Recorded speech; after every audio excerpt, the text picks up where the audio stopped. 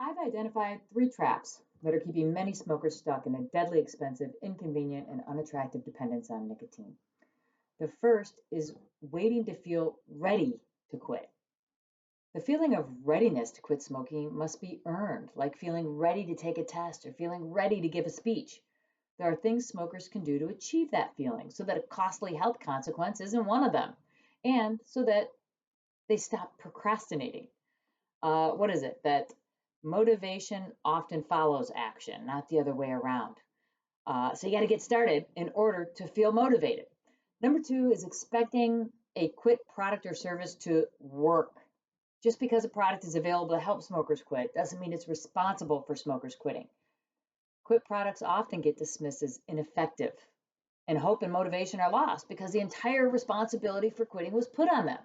The biggest problem with quit products and services is the expectation that quitting should be easy with their use. And number three, try not to smoke isn't a quit plan.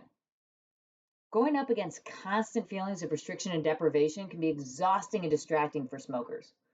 Willpower is a muscle that will wear down if overused or over relied upon like any other muscle. Following a thoughtful plan, correctly using appropriate tools, and having long-term support in place will allow smokers to keep their willpower reserve on a full tank for moments that aren't so predictable. A viable quit plan should be able to answer certain questions like, what are my reasons or motivations for quitting? Where have I been with this in the past and what was the outcome? What can I learn from that thing? What have I done to prepare for quitting? What are the best tools, if any, to bring along? Do I understand how to properly use prescribed medications and over the counter medications like replacements?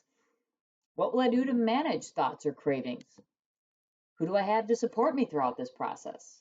And how will I manage a relapse if it occurs? Quitting smoking is a process, not an event. Order is important.